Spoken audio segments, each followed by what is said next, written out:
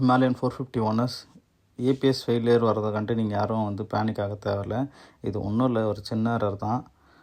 வண்டியோட riding mode வந்து performance மோட்லேருந்து Eeco மோடுக்கு ஸ்விட்ச் ஆகிடும் வைல் ரன்னிங்கில் அப்பயே.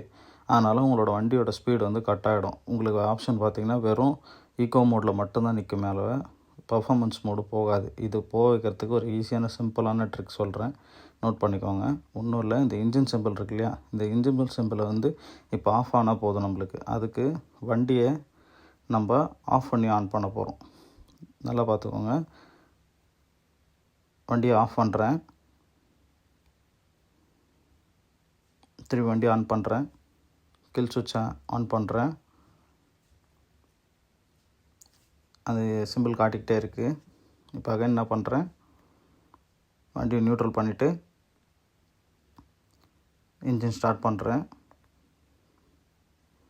இன்ஜின் ஸ்டார்ட் பண்ணிவிட்டு திருப்பியும் கில் சுவிட்சை ஆஃப் பண்ணுறேன். திரும்பியும் வண்டியை ஃபுல்லாகவே கீ ஆஃப் பண்ணுறேன். இந்த மாதிரி 3 வாட்டி நம்ம பண்ணணும்.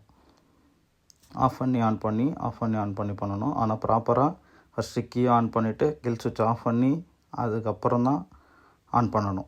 திருப்பி அதேமாரி கில் சுவிட்ச் ஆஃப் பண்ணி சாவி ஆன் பண்ணணும். அதே மாதிரி 3 வாட்டி நீங்கள் பண்ணிங்கன்னா வண்டி வந்து நார்மலாக இசிஎம் வந்து உங்களுக்கு ரீசெட் ஆகிடும்.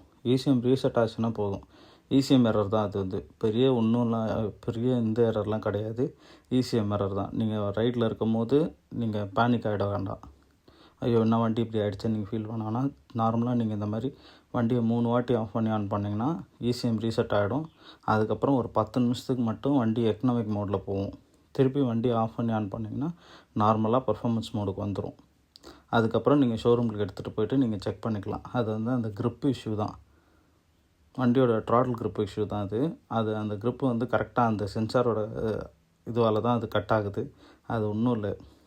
நீங்கள் ஈஸியாக பட்டுன்னு வண்டியை ரீசெட் பண்ணிவிட்டு நீங்கள் உங்கள் ரைட் கண்டினியூ பண்ணுறதுக்கு தான் இந்த மெத்தடு. இது பண்ணிங்கன்னா வண்டி நார்மலாக ஆகிடும். நீங்கள் எதை பற்றி ஒரி பண்ண தேவையில்லை.